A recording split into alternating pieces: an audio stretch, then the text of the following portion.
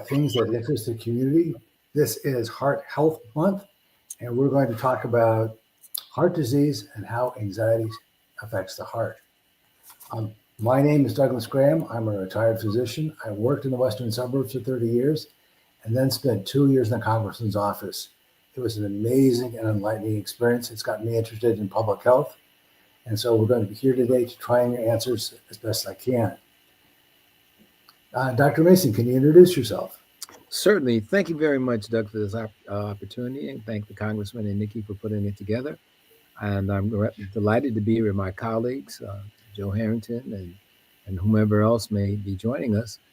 My name is Terry Mason. I am a retired urologist, and I've been doing some other things. I've run a couple of health departments, like the Chicago Department of Public Health and the Cook County Department of Public Health. So I've had an opportunity to see it both at the level of a patient as well as a level at a municipality.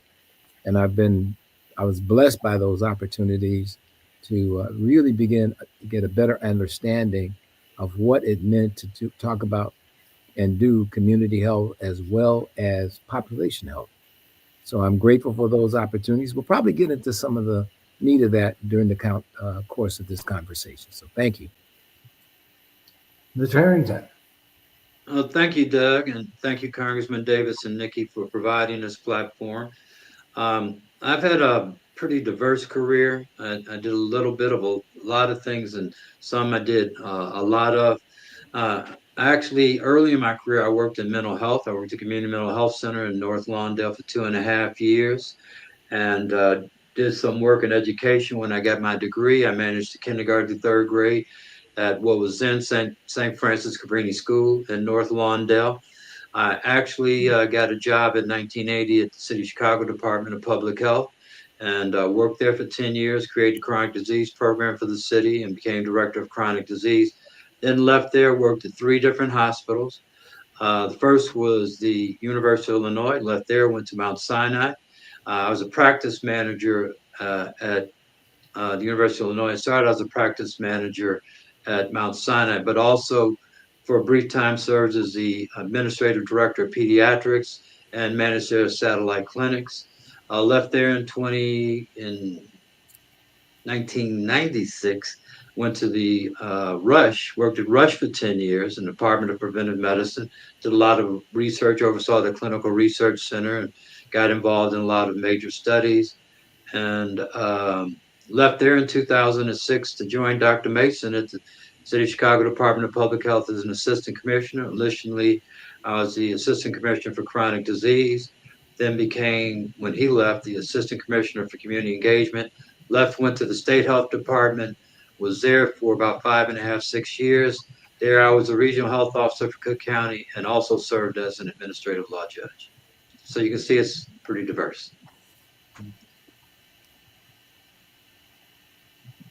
Back to you, Doug. Okay, Representative Davis, do you have something that you wish to say tonight? Well, I think all of you have had tremendous experiences in healthcare delivery, healthcare planning, healthcare prevention. And I think it all makes for a healthy discussion, because I'm hoping that we continue to have public health. And I don't say that in jest. I say it in a very real kind of way. And I'm wondering how our country is going to do with healthcare as we are confronted with individuals who want to change the way we operate.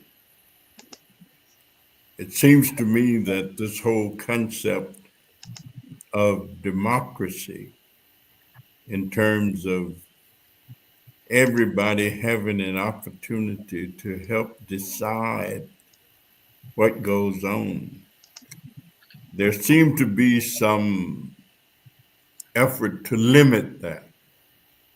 and that is to create a different environment, an environment that borders upon dictatorship or borders upon the presence of emperors and emperors like individuals making decisions and having a chief health officer whose notions and ideas are very different from those that many of us have been taught and believe in. And so it's creating a great deal of anxiety. And I wonder if anxiety has anything to do with health and how do you handle anxiety? And yes, it's heart month, but I'm just wondering how we're going to fare. Of course, I want to just mention some of you probably knew Dr. Larry Mitchell, who for years and years and years in the Roseland community did emergency medical services at Roseland Hospital, but was much more than that, but was a real community leader in the Roseland community as it related to health, and organized a group of physicians after the earthquake in Haiti and took them over and they provided services. So he passed away. All of us will go that way at some point. But I just wanted to mention his life and his legacy as we get started. And I also want to mention that my health policy guy, Dr. Caleb Gilchrist, uh, is hospitalized right now. No. And Caleb, he was in intensive care, but they've moved him out of there. So we've had a lot of people who just simply, the flu, I understand, is really on the rise. That's what I heard. So I got another flu shot Saturday. And I want to thank my physician for coming in to work on Saturday so I could have an appointment to see the doctor on Saturday morning. So it was very good. So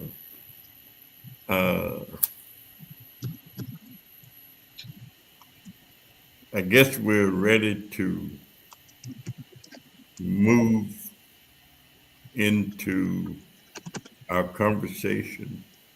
So thank you all very much. I look forward to it, and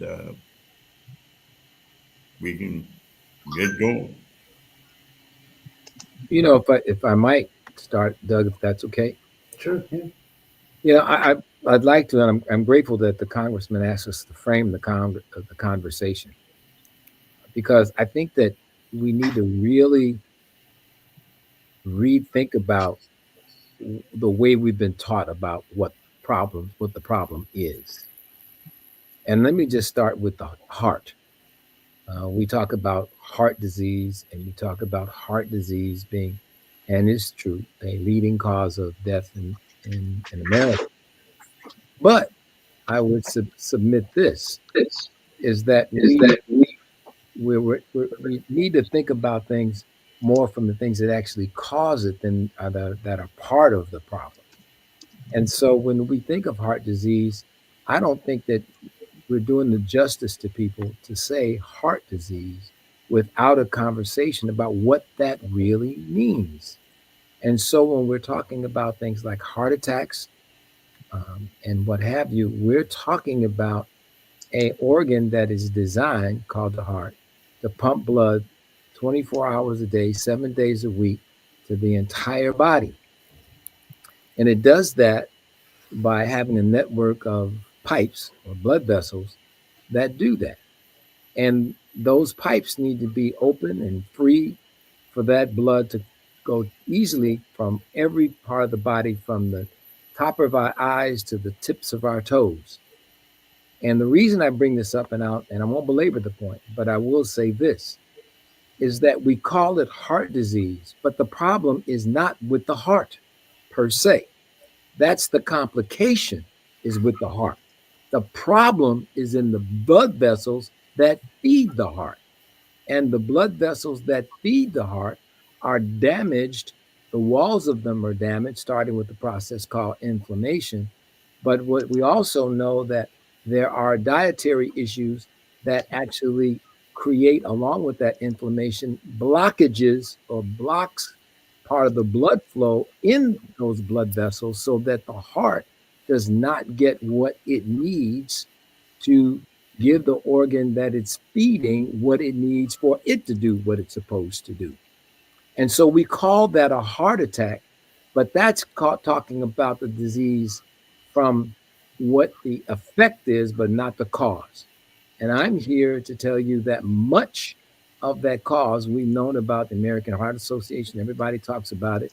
But obviously, there are major roles of movement or exercise and major roles for what we eat that contribute to the problem that creates the blockages in the heart. And much of that, we've talked about it, and many people are talking about it as it relates to certain amounts of certain foods that are fatty.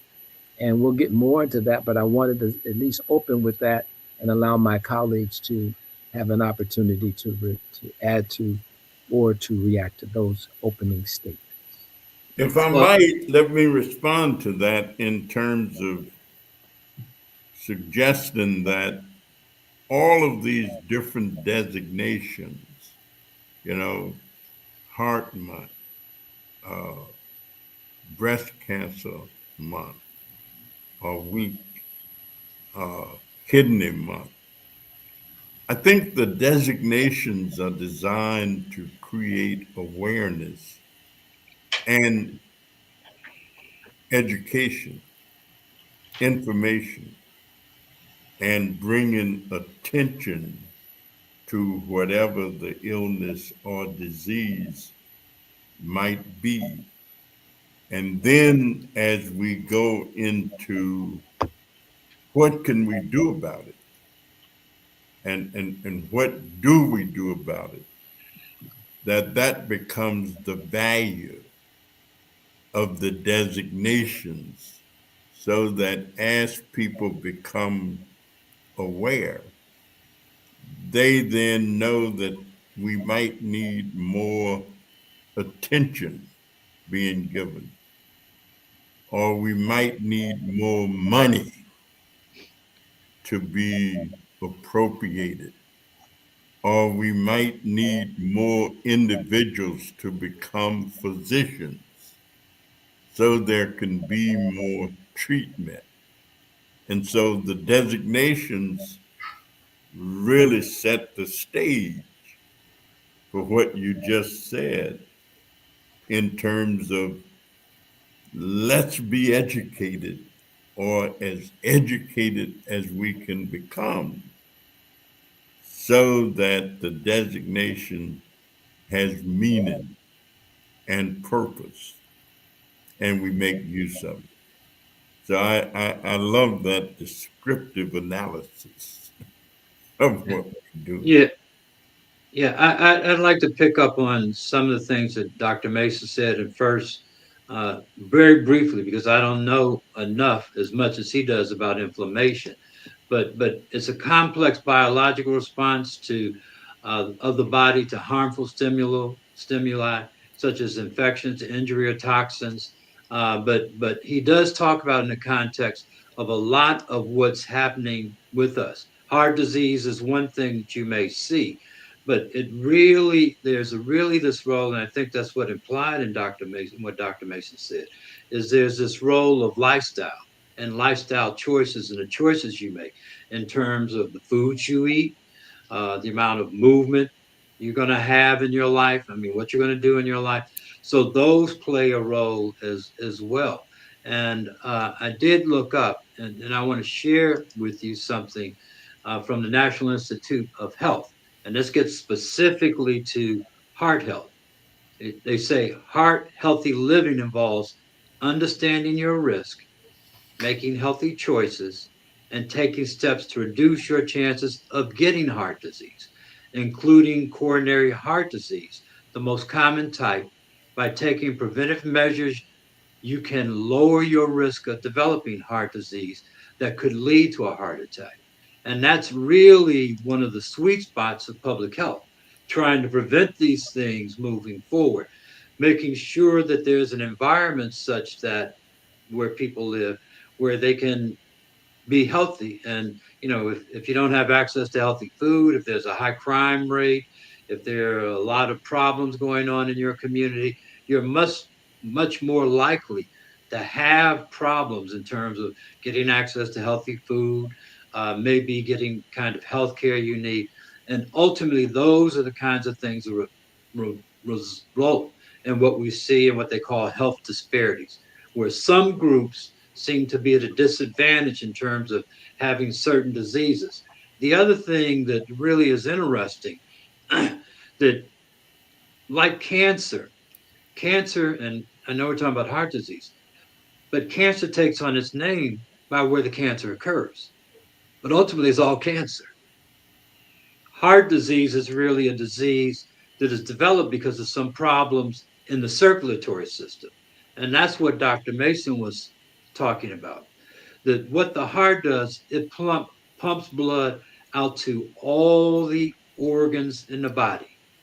And if any of those areas in the body are denied blood, there's going to be a problem.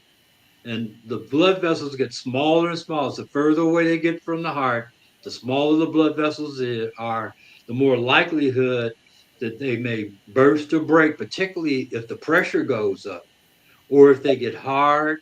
And you've heard of atherosclerosis and other things like that. So those are the kinds of things that really drive disease. And the things that we can do in our day-to-day lives to reduce our risk. And so I think that's what people need to remember and take home, that you have some degree of control over your health if you take some simple steps. And maybe we'll get into that later. But I'm going to stop and maybe throw it back to Doug, let him react. I'm glad you mentioned that, Joseph, because that's kind of where I was thinking. And there are a lot of lifestyle choices that you can prevent heart disease or promote heart disease. And all of us have choices as to where we're going to live. For instance, if you don't exercise much and don't move much, you're going to increase your chance for heart disease. If you inhale combustible materials, no matter what you smoke, that's going to increase your chance of heart disease. If you have a diet that's rich in certain sugars and your blood sugar is always high, that can cause heart disease too. Also, if you're overweight, it's kind of like if you've ever taken a trip and you had to drag one suitcase, that's one amount of work. But if you have to drag a second or a third suitcase, you can see how much harder that is to move around. So there are all these things that we can do to minimize the effort that our heart has to make to circulate blood to the rest of our bodies. So we have those choices. And we're not just saying this because, well, I don't like potato chips or I don't like pizza or those other things. Because I've had that part of my life. I mean, you know, I've had the pizzas, I've had the beers, I've done those things, but I can tell you, in your work and healthcare environment, you can see what happened when you make the choices. And part of it is we have a chance to reverse some of the things that have happened earlier in life so that we can stay healthy longer. I think that's why the purpose of this forum. Yeah. And even if you don't do those things earlier in life, Yeah. you can still reduce your risk by making some modifications in terms of what you do moving forward. And that's hard to do because a lot of these things people have developed, they're habits that people have developed over time. And again, where you live sometimes has a tremendous impact upon your health. And that's why some people do say that your zip code is more important than your genetic code in determining your health outcomes. Because the quality of life in your neighborhood, at least in terms of the housing stock, the access to healthy foods, the amount of violence, also can play a role moving forward. And I see Dr. Maya has joined us. And I don't know if she was listening before she joined us. I also don't know if she knows what we're talking about. So, Dr. Just Maya, completing my business for today, but glad to be here. well, this is Yeah, heart but health. we are talking about heart. I'll let Doug, Yeah, because he's leading. this is Heart Healthy Month. And we're just talking about we're not going to be entering into a world of probably more anxiety because of somebody's decision about how to allocate resources. And so how this interacts with our hearts and heart disease is kind of the area that we're exploring tonight. So we're just talking about some of the things that we have control over, that we may be able to make conscious choices to keep our hearts healthy. So we've had a little bit of a discussion about food, about exercise, but Joseph has been really good about saying, well, sometimes it's where you live. If you live in an area where there's lots of violence, where you don't have access to healthy food, don't have access to pharmacies, there are all kinds of things that can contribute to it. And so we're just kind of exploring that whole landscape of what contributes to heart disease and what are the things that we can do to deal with it. Yeah, and before Maya jumps in, because I know she's anxious to buy in, jump in, because she's an educator and a physician. I did take a look at this thing called anxiety, and I want to share some information, I think, because it was raised as a possible factor. And there's a close relationship between anxiety and heart disease. And I found this list about how anxiety increases heart disease risk. And I'll go through the list, and my esteemed colleagues who are actually doctors can address each of them. Stress hormones. Anxiety triggers the release of stress hormones. Unhealthy behaviors. We talked about that. People with anxiety may engage in unhealthy behavior. That's such as smoking, excessive alcohol consumption, and poor diet. It can cause disturbances in your sleep. You can't go to sleep at night, which can cause and increase inflammation, which Dr. Mason talked about. It can increase the risk of blood clots. And we talked about the importance of a healthy heart and how, we need to have a good blood flow. So the four things that I mentioned are stress hormones, unhealthy behaviors, sleep disturbances, and increased blood clotting. And maybe some of you that actually are doctors of medicine can address those. Sure. Thank you for having me. Hello, Congressman. Thank you, Nikki, for putting this together. And thanks for letting me join late, everyone. And so, okay.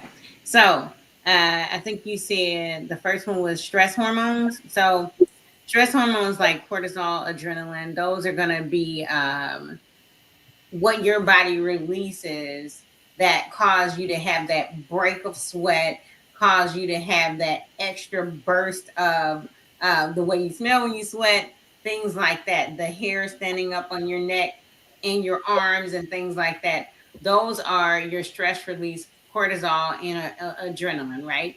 How do they cause dysfunction? I am looking for a here I go. If this is my vein, my artery, this is where the blood travels, things like that. They cause it by stress, kind of makes little micro tears in the inside of it. Also, the chemicals cause the little tears. And when the tears start to heal over and over again, you get this dysfunction, almost like a buildup of cholesterol, right? You get the dysfunction, but you start to actually lose. Wait, can you see that? Lose. Is that getting smaller to y'all? Yeah, narrower. Yeah, narrow it. And it's not the actual vessel narrowing, it's the repeated scar tissue that kind of narrows it over time. Now, it doesn't narrow perfectly like a circle like I did it, but Like a if clogged you drain. imagine a scar right here, a scar right here, a scar right here, a scar right here, and the buildup of the scars over time, the vessel trying to heal itself. That's where endothelial function related to stress can come from. Now, speaking of endothelial function related to stress, Mr. Harrington mentioned sleep, right? When does the body heal from this endothelial or vessel function related to stress? When you sleep. But if you're not sleeping, it's not healing, right? What was the other one? You said four Uh, things. One, and this is easy. It's unhealthy behaviors: smoking, excessive alcohol consumption, maybe drug consumption, poor diet. Those are things that we do have some degree. Well, anxiety will increase our desire to get away from things, and people may use substances to just block out all that noise and all that other stuff. And those substances are going to create problems.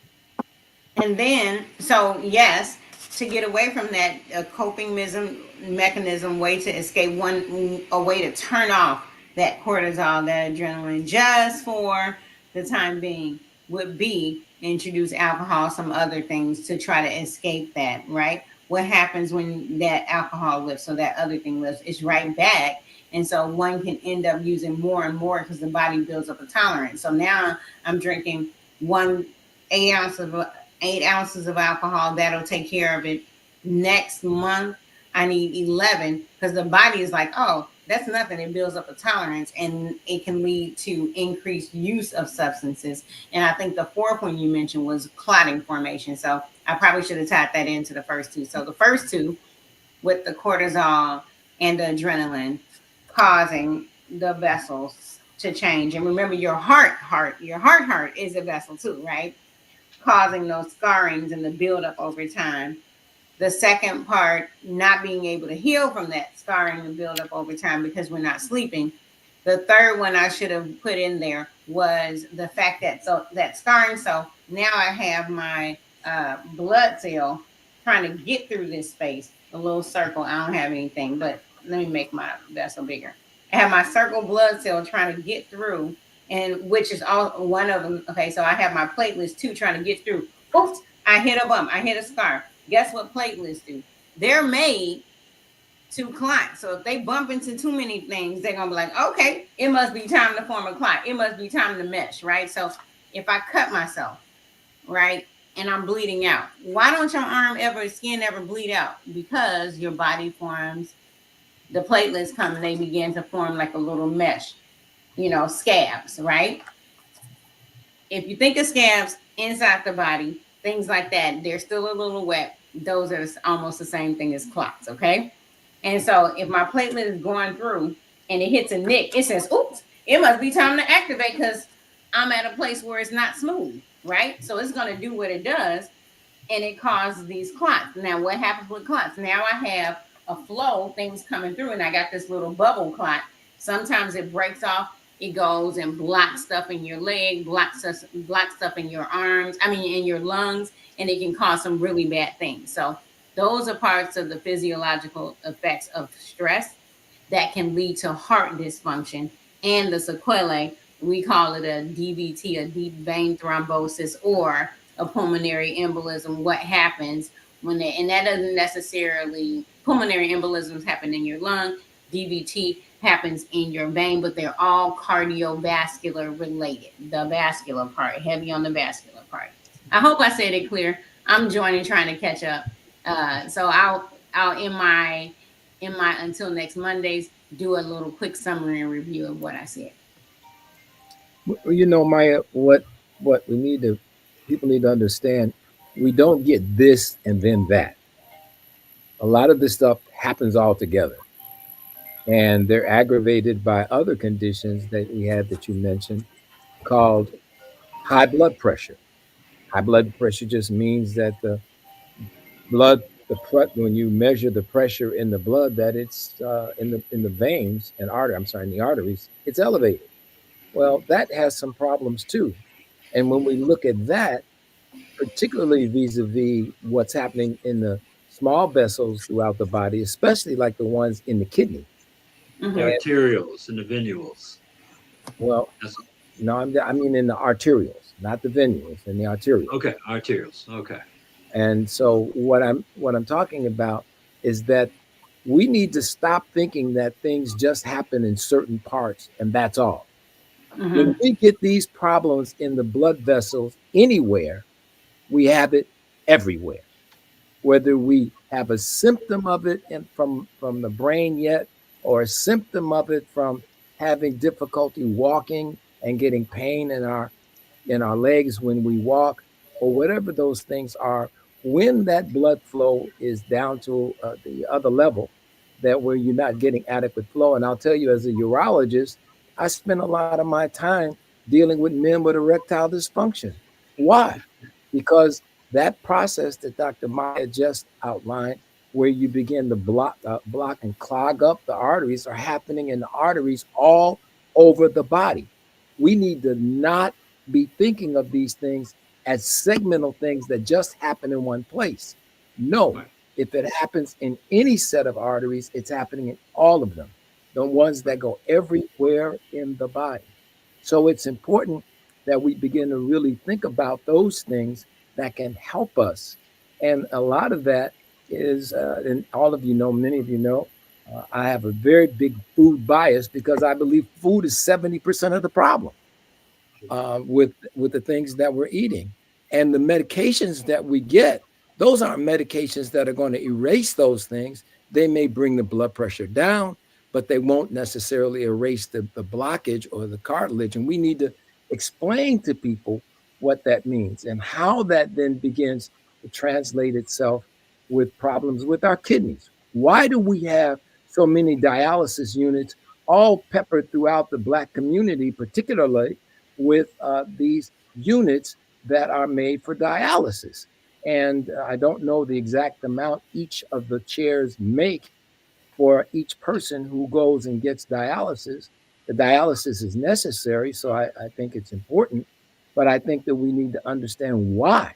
And we need to look at, and we don't want to, but we don't want to look at things from a causal point of view. And we've got to look at the things that we're eating. And I'm a big fan, I'm not going to go on that soapbox too much tonight, but much of what we have would be ameliorated, obviously would be lessened by stress reduction, the things that some of my colleagues have mentioned already in terms of the things that we eat, and a lot of things that we eat, particularly those things that are not in their natural state but are manufactured or processed in some sort of way. Those things do cause inflammation. That inflammation is what helps to cause the problem with the blood vessels. So again, because I'll get on my soapbox and won't be able to get off. But there's some great movies out there that if you want to watch some things. There's and I'll give a few of those at before the end of the show. But let me ask, what's the difference between high blood pressure and low blood pressure? So each of those has its consequences. When your blood pressure is high, it's harder for your heart to move the blood around to other parts of the body. And there's certain sensitive parts of the body that are affected by it, like the small vessels in the eyes and in the kidneys. So there's an ideal blood pressure where the blood can circulate and you can take oxygen to the necessary places, the lungs, the eyes, the kidneys, the liver, and you can take the old used blood away in the right manner. So that helps you. When your blood pressure is low, all of your other organs are affected. You don't get enough blood to your brain, so you can't think, you can't see very well, your balance isn't very good. You get low blood pressure to your kidneys, they don't clear the poisons out of your system very well, don't make enough urine, that's a problem. You don't get enough blood to your gastrointestinal system, hard for you to absorb and digest your food. So your body has a particularly effective range where a high blood pressure can cause irreversible damage, and a low blood pressure makes it struggle to function effectively. It's kind of like driving your car when there isn't enough air in the tires. It just doesn't move and ride very well. Yeah, Hmm. you can think about blood just the way you think about rivers and oceans and lakes and how the water moves back and forth. Because the real role of the blood, at least the red blood. The red blood cells get into the heart. They get a fresh supply of oxygen. They give off carbon dioxide, get a fresh oxygen. They get oxygenated, and they travel throughout the body. They're delivering nutrients. Those red blood cells, they're delivering nutrients and oxygen to all the parts of the body. And we talked about the smaller blood vessels. The further away from the heart they get, the smaller the blood vessels are. You got blood vessels throughout your hands and fingers. You got blood vessels in your brain. You got them in your heart. And so all of that needs on a daily basis a constant supply of oxygen and nutrients. The role of the blood vessels, not the veins, is to really take those waste products and get them back to the heart so they can again pick up this rich oxygen and nutrients and take it back to the body. Any interruption in that blood flow is going to cause problems. And one of the things was Maya was talking, she made me think about that the way they talk about high blood pressure a lot of times is they describe it as what happens with a water hose. If you open the hose wide open, you get a strong stream of water coming out. But if you narrow the opening of the hose, you'll get less water coming out. And if you close it too much, if you close it apart, nothing will come out. And therefore, whatever you were trying to do is not going to get any water. Same things happens with the circulatory system. If anything happens in that system at some point, if there's a burst, then something's going to open up, and whatever was supposed to get those nutrients won't get them. The body might heal itself, but there could be irreparable damage that's done as a result of that. So it's, the body is amazing in terms of what it can do, and we don't fully understand all the mechanisms, but we know when something goes wrong. Even patients know, because you'll have something bad happen. You go to a doctor, and a doctor, based upon the information we have, say, well, this is what you have, and may be able to tell you why it happened that way. I'd like Maya, if you would. I'd like for us to just take a few minutes to talk about, because I mentioned it earlier, about these dialysis units peppered throughout our community. Now, the units themselves are not bad because they provide a place for people that need dialysis to be able to get it. But what causes the need for dialysis? Why is it that one needs a machine like this to help you function? And very simply, what happens is think of your screen door. Those of you can still remember screen doors. And you had screen doors in your house so that for example, in the summertime, you could leave the screen door open, and that allowed fresh air to come in and go out, but it kept other things out of the house.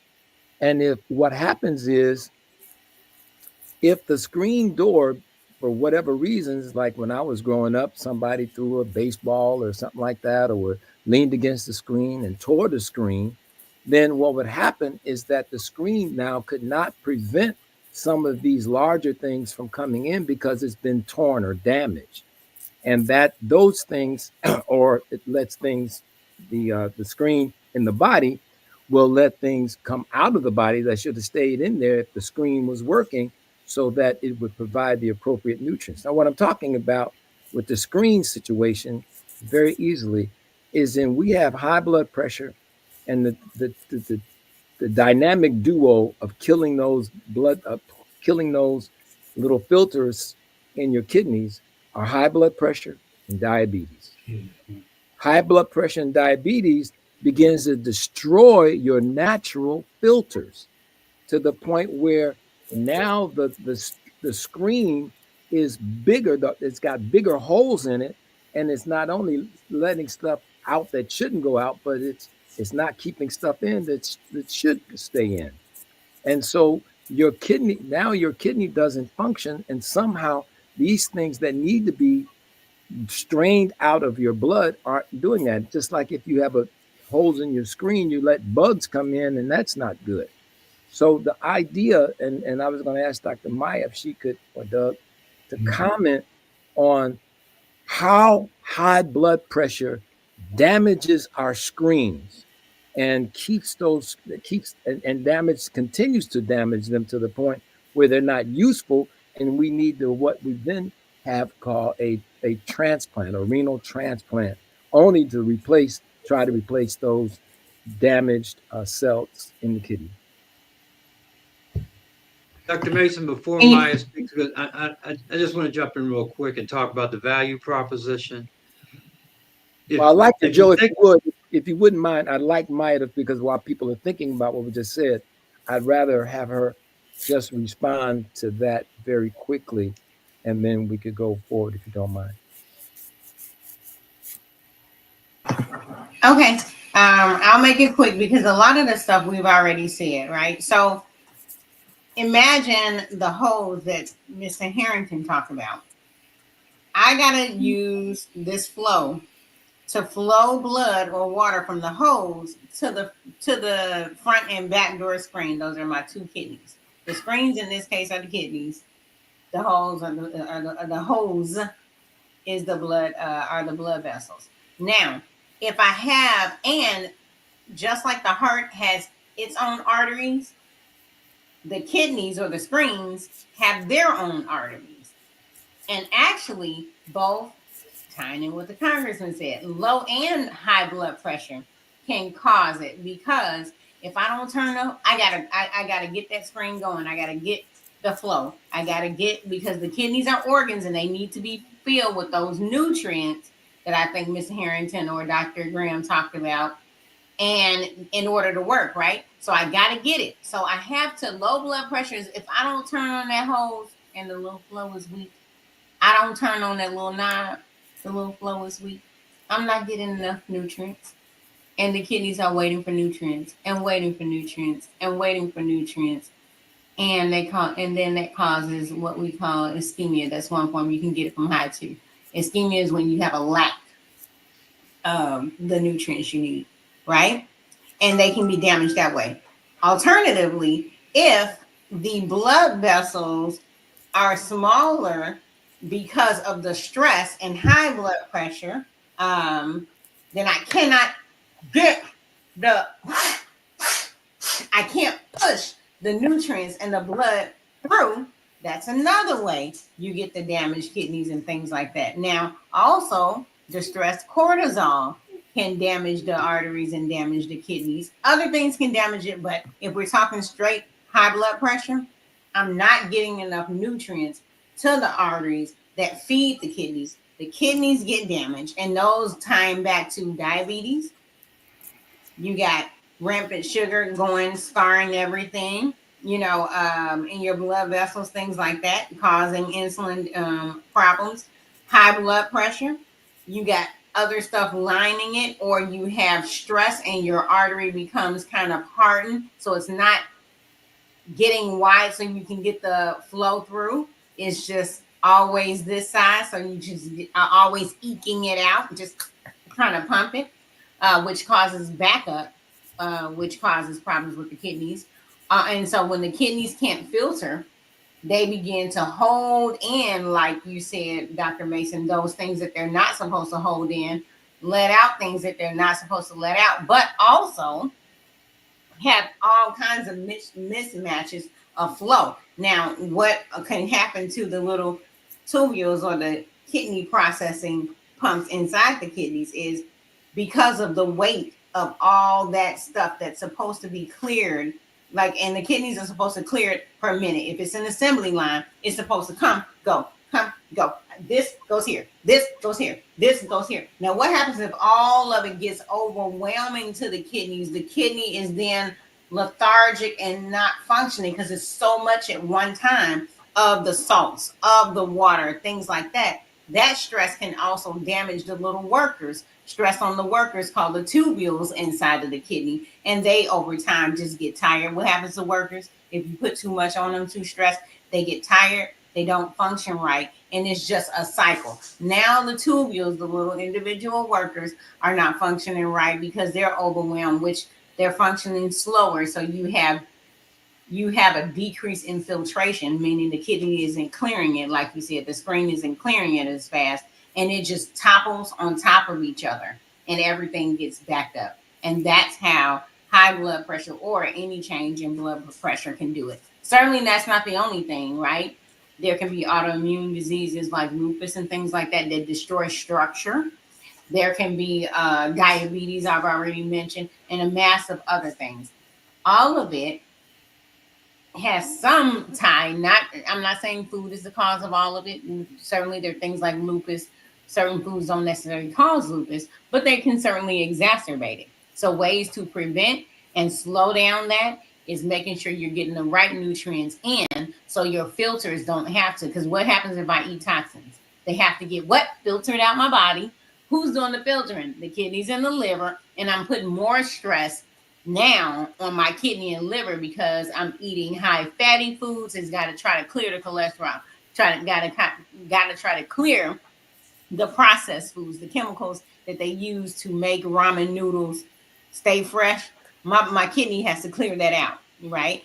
And if I'm already in a situation where I'm at high stress, it can be genetic, things like that, and I then put a lot of processed foods in it, and the kidneys have to clear, and the liver have to clear the chemicals in the processing out so it can extract the nutrients that are left. I'm putting more stress on it. I hope that answered the question. Yes. I think that was a great explanation. Now, Mr. Harrington, you had a comment you wanted to make. Yeah, I want to talk about what I'm calling the value proposition. I'm going to go back to a discussion we had early on, probably before we went live, and that was about the Super Bowl and the size of the line for the Philadelphia Eagles. And they said that the average height was 6'6", and the average weight was 338 pounds. That's unbelievable. But I was watching the game at my church, and somebody said William the Refrigerator Perry was only 300 pounds. But that's still a lot of weight.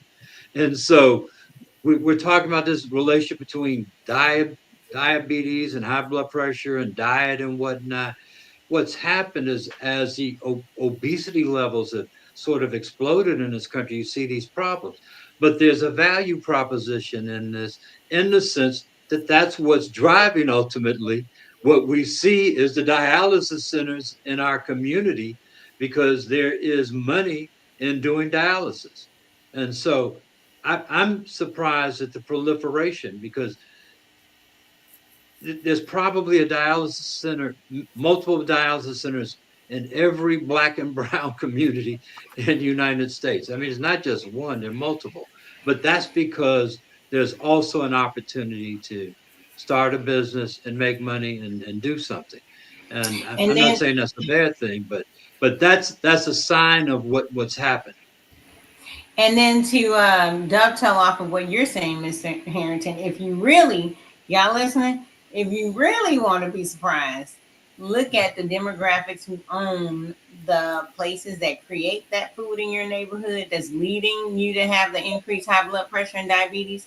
And then look at the people who own the dialysis centers. They're not typically the people that have to use, who buy the food there.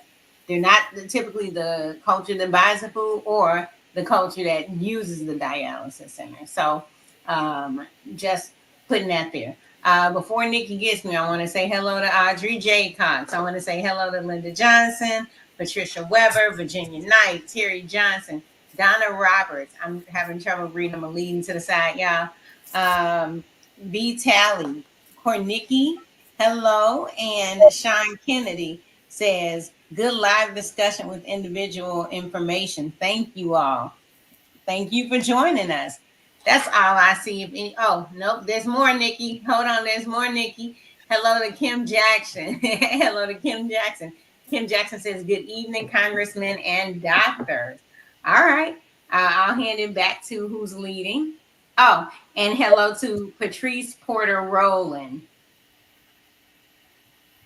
So I guess that's you, Doug. Back to whoever's leading. Is Doug tonight? I think that Dr. Myers raised a very, very interesting point, because When you go to the grocery store or when you drive down the street, the things that are most easy for you to get to are probably the things that are the least healthy for you. If you go to the checkout counter at the grocery store, you got candy bars on one side and you got salty snacky chips on the other side. If you drive down the street, you've got half a dozen different fast food joints that are offering you meals that have high salt, high cholesterol, and high sugar contents. That's not by accident, unfortunately. There's been a lot of research that's been done that says, what are we going to do to get you to come back and buy more of the same? You know, they know when they make that Doritos, what flavors they're going to put in there to trigger your hormones so that you want more. They know when they give you that Arby's commercial, we got the meats. They got everything going for you to go there and have one, two, or three different sandwiches. Same with Subway footlongs. They know the colors, the tones, and the taste to have you going back for more. So it's not quite an accident that we're having this problem. There are remedies to it, but we're not ready for the remedies yet. Yeah, that's some of their food science in terms of marketing. Yeah, And that's understanding yeah. what people want, and maybe not need, but what people want. And this I have no proof for it, but I think the things that really drive what people choose to eat, first thing is taste. Yeah. They want what they like and tastes good to them. The second is, how much is it going to cost me? Yeah. That's the second thing. And the third thing is, how close is it? How convenient it is. That drives a lot of our decisions in terms of what we eat, particularly when we're hungry. If you're out and you're hungry, you're going to look for something that's fast, something that's close, and something that you're familiar with. And that's likely not to be the most healthy thing that you eat that day. I would add one more. It's also who's promoting the product. I don't think it's an accident that we're seeing people with high profiles in our society endorsing these products. If you want to be liked like them, successful like them, you want to have properties and talents like them, and I'd be really surprised if they consume as much of the product as they promote. I'd be surprised. So they know that if they put a celebrity as an endorser, we're more likely to be attracted to that product. So again, there are remedies to this. I just don't know if we're ready to address them yet. And I doubt that we're going to address them in the next 4 years. Doesn't seem like it. And I would agree that that's absolutely true, Doug. Yeah. That it's not going to happen. There's no value proposition that supports that. Well, The thing is, it's about, obviously we talk about health and we want people to be healthy and what have you, but that's not everybody's value proposition. mhm, There are many people who make a lot of money on disease, mhm, and they make that based because of some of the things that Mr. Harrington just mentioned a little while ago about what we like to eat. And we're all complicit in this whole situation. And if you look at that, you look at how many people cook at home.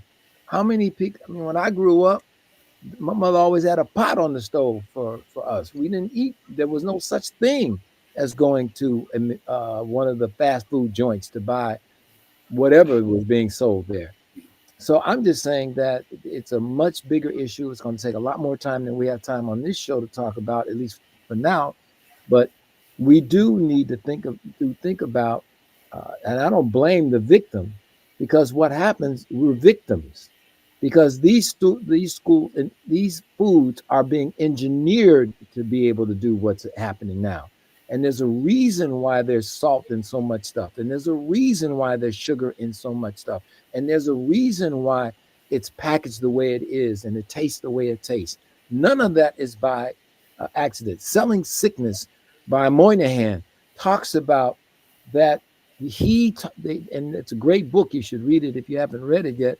But it talks about the value of sickness in America, and that how much money is made by people because of being sick. And I'm not talking about necessarily going to the hospital, but obviously over-the-counter medications. And perhaps maybe I'll get that and have more conversation. But it's called Selling Sickness, written by Moynihan, not Moynihan. I'm going to be brief because I know we're almost out of time. But you reminded me of a couple of things, Dr. Mason. One is in terms of food, they even measure the crunch how crunchy the food is, and it's got to have there's a science to how the crunch and how crunchy it has to be, before it goes and before it passed the test. And the other thing, I remember in talking about smoking and getting people to stop smoking. One of the things that really is interesting that people that smoke, and I remember because when I was young, I used to smoke, but I only smoked for about 2 years. That inhaling and just blowing out the smoke is relaxing because people watch the smoke come out of their breath, and all of a sudden they feel relaxed. They see the smoke in the air and they're quiet and they're calm. So on the one hand, it's calming them down. On the other hand, it's harming their lungs. So as Dr. Mason said, it's really ironic that some of these things that may give us a degree of pleasure over time will really cause major problems. So I'm going to probably take the other side of Dr. Mason's argument. And in a segment of our society, we're concerned about how the consumption of fossil fuels has affected our weather, global warming. I think that we're going to arrive at the same tipping point. It's how the production and the distribution and sale of certain products is going to affect our health because, quite frankly, we don't have enough money to take care of all the problems. And if you don't take care of all the problems, you no longer have customers. It's kind of like if you don't rotate your crops, you're going to deplete the soil. That this science of food is going to deplete that customer base incredibly rapidly if it continues. So I think that I would start to work on that project to let them know that this particular product cycle is going to be shorter than they anticipate and that they'll need to shift into other products just for that reason. It's not going to do them any good to have a fast food place if everybody's in dialysis centers getting treated or in the hospital because of the complications of overeating. Well, Doug, I would say, and very quickly, when I see television shows that sort of glorify, from one point of view, techniques for morbid obesity, where people are over 500 pounds, and the solution is to go have surgery. We can talk about that at another time, but it's misleading people. It's totally misleading people, and we need to talk about that. Oh, I agree. I also think that the new drugs that are out there that help promote weight loss, they have advantages. They can also have disadvantages. It's a stepping stone, but it doesn't seem like the ultimate path to the future. As long as money can be made off misery, there'll be misery. Well said. All right, and then before Nikki, Nikki, I'm on it. I want to say hello to the Core Center. I want to say hello to Loretto Women's Center. I want to say hello to Alderman Pat Dowell and Commissioner Terry Steele, Evangelist Terry Johnson. Let me make sure. Oh, Loyola Hospital Women's Center. And Deborah from Coleman's Barbecue. I want to say hello to you all. And I think I said this, but Patrice Porter Rowland. Thank you so much. I wanted to get those in because I don't want Nikki to come back and say we didn't say hello to her people. We definitely appreciate you joining us and all your comments. And so Nikki's asked me to perform one other task and to remind everybody that this Sunday between 1 and 3, there's going to be a Wear Red Today at Loretto Hospital on Central Avenue in Chicago. And some of the doctors that are on the show and some other doctors who's been on the show are going to talk about your heart and heart health. So I'd just like to let everyone know, it's in the audience, that this is something that's been sponsored by the Congressman. There'll be a number of really good speakers. And it's a good way to learn more about the topic we talked about tonight. So unfortunately, it does look like we're running near the end of our hour. And so I'm wondering if each of us has something to think about for next week. For myself, and I agree with the Congressman that we're going to be experiencing more anxiety as the present administration does what it's intending on doing. My thought about that is, if we know that turning to certain foods and certain beverages are going to make ourselves worse, we need to prepare. Like when you see that car slowing down in front of you, you want to slow down too. If we know that we're going to be facing more anxiety, we have to work at having alternatives and not look for the bag of chips, not look for the Coke, not look for the 6-pack of alcohol, or the things that we've usually used to take care of our anxiety, because we'll have more to deal with, and turning in that direction is not going to help us for the future. I'll go with mine until next Monday. Just to summarize how anxiety or ways anxiety play into that, they do increase your blood pressure. You know, it does increase your blood pressure, which creates that problem flowing to your organs, including your filters, which are your kidneys. But also, it causes scarring of the lining of your blood vessels, making it a bumpy road for blood cells, oxygen, whatever, but also platelets, which increase your tendency to have clots. Okay, and it's harder to heal because then you can't sleep, and that's when the blood vessels heal. Okay, and I do want to say there is hope though.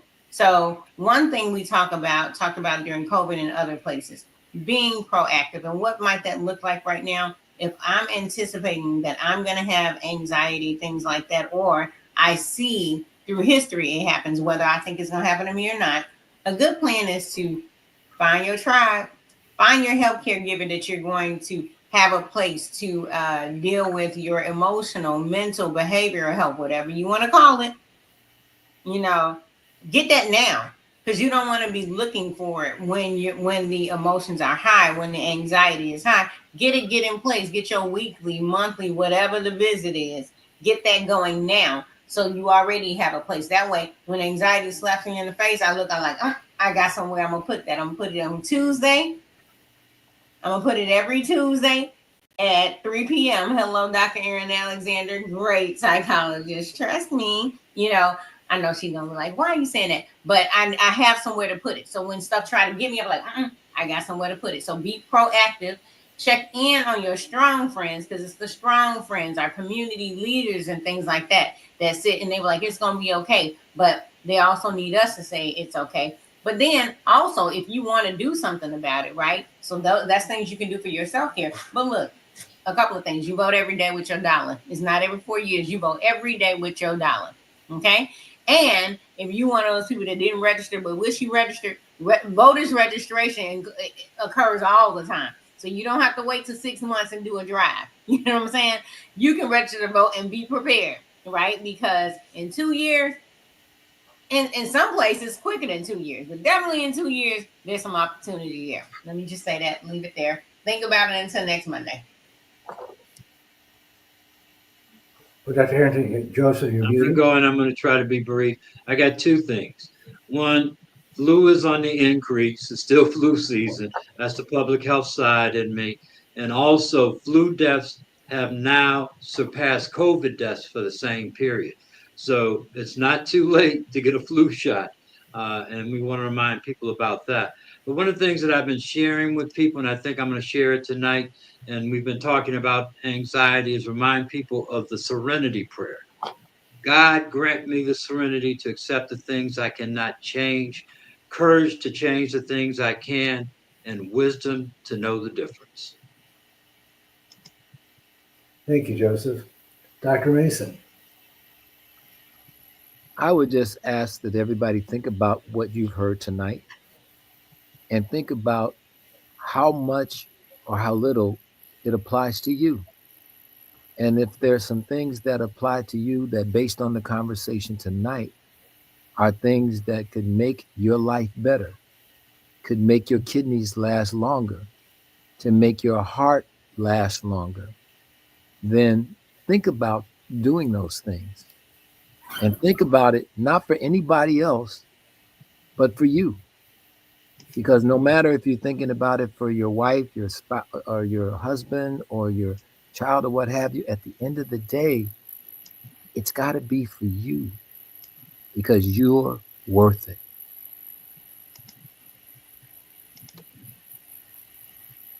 Congressman Davis. Well, you know, the longer I live, the more I want to keep living. And so I was trying to think, how effective are the substitutes? I think it may have been you, Joe, who indicated when we started that people eat what they like. I mean, that's one thing that they do.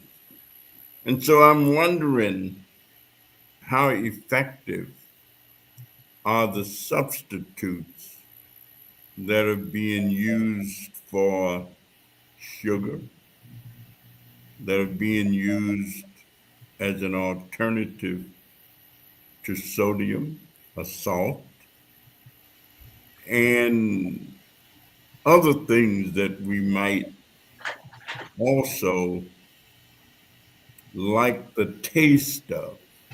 I'm thinking of myself. I think I've reached the point where I can actually do totally without sugar. But I'm wondering if the stuff that I use is doing what I'm hoping it will do as an alternative. And so maybe we'll have a discussion one night about those alternatives and how well they are working. And somebody might create something else that does just as well. And we can help people eliminate the use of some of these things that we know are harmful. And so I'd love to hear that discussion at one point. Beyond that, let me thank everybody for being with us. I did not get anxious during the football game because after the first quarter, I pretty much concluded that I didn't need to watch the rest of it. And so I went on about my business and started doing something else. Great discussion, tremendous insights, good information. Until next week, 7 days, and we hope to see you all then. Good night. Have a